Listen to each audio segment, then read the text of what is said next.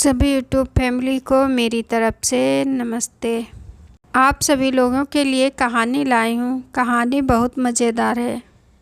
कहानी का नाम है ठगों से ठगी। ये कहानी शंकर की है, जो अपने पिता की हत्या का बदला लेने के लिए ठगों के पास जाता है। अंत में शंकर अपने पिता के हत्यारों को ठगों की तरह ही नदी में डुबाकर उन्हें समाप्त कर देता है और काशीपुर लौटकर अपनी माँ को न्याय दिलाता है। काशीपुर में शंकर अपनी विधवा माँ के साथ रहता था। उसका पिता उस इलाके का मशहूर ठग था। उसके कारनामों से काशीपुर के प्रायः सभी लोग अवगत थे। एक बार ठगी के माल के बंटवारे को लेकर उसके 4 साथियों लुट्टन, प्यारे, गजानन एवं आनंदी ने उसकी हत्या कर दी एवं फरार हो गए। वे अपना माल बेचकर सुदूर अमरावती में निवास करने लगे।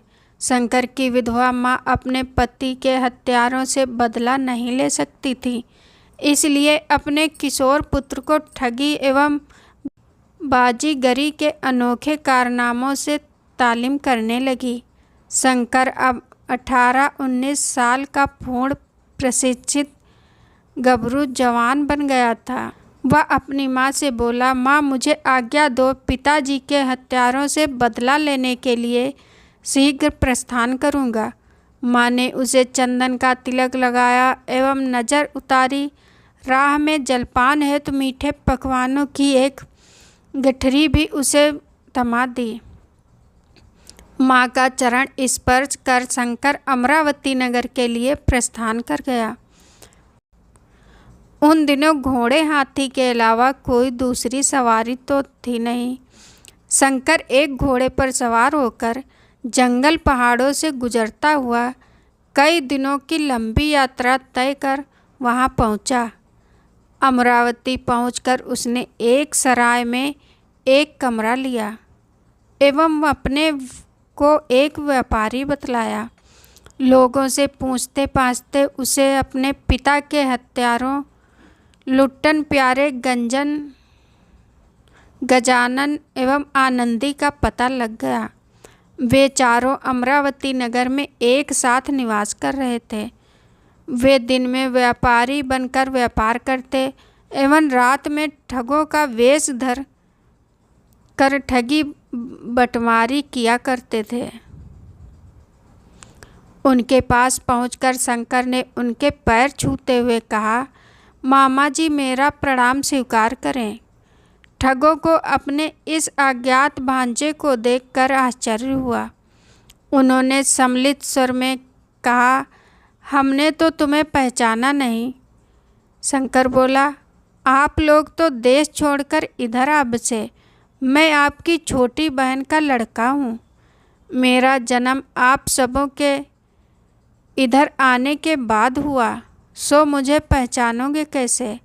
यह सुनते ही लुट्टन, प्यारे वगैरह ठगों ने उसे गले लगा लिया। वह अपने साथ एक थैले में 2 बंदरों को लेता गया था। एक बंदर उसने बाहर रस्सी से बांधकर हाथ में पकड़ लिया था, जबकि दूसरे को थैले में ही छुपाए रखा। ठगों ने पूछा, भांजे ये कैसा बंदर है?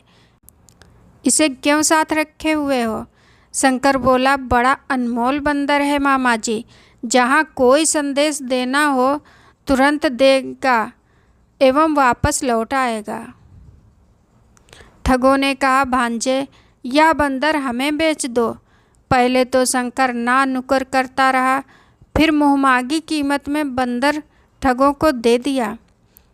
प्यारे ने उस बंदर से कहा, जाकर हमारे घर में कह देना मेहमान आए हैं, उनके लिए बढ़िया खाना बना कर रखना, हम लोग शाम को घर लौटेंगे।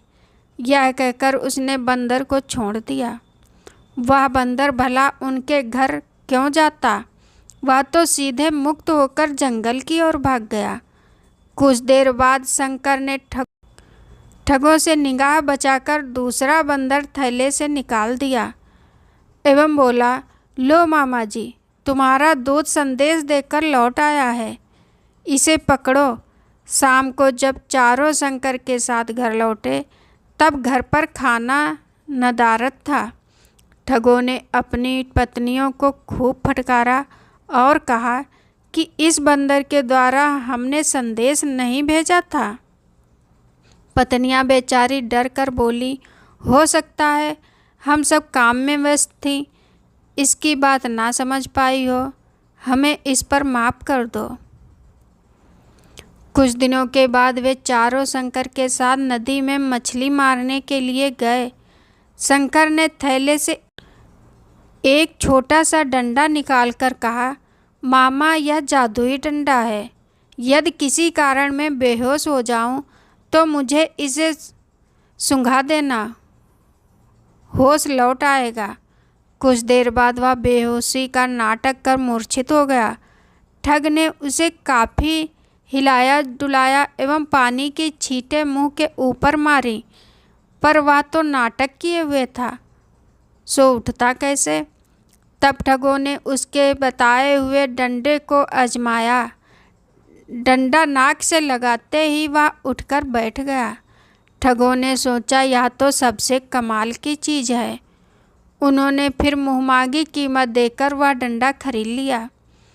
इस बार फिर ठगों ने नदी किनारे से दूसरे बंदर को घर खाना बनाने का संदेश देकर भेजा।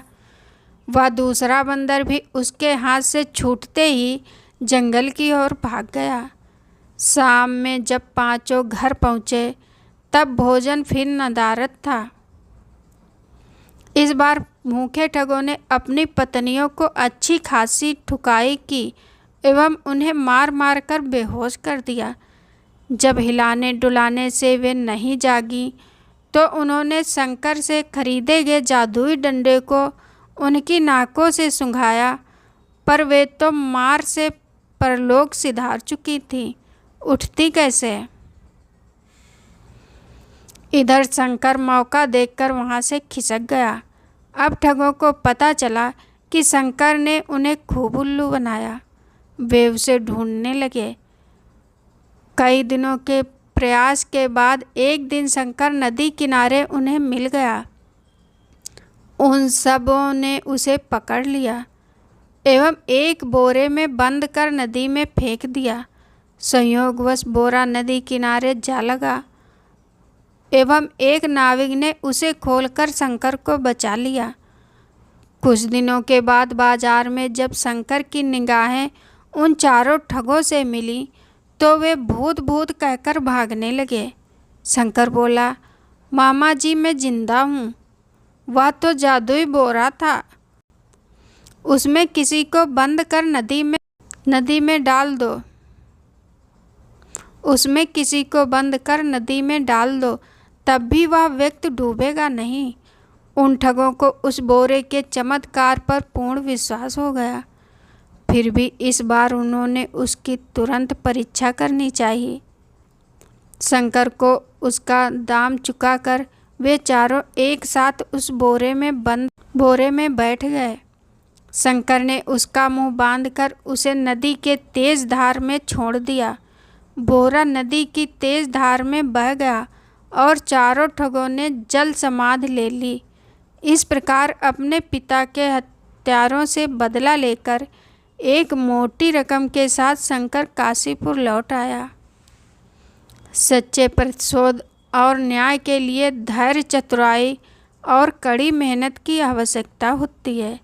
शंकर की कहानी यह सिखाती है कि बुरे कर्मों की सज़ा अंततः मिलती है और सच्चाई की हमेशा जीत होती है।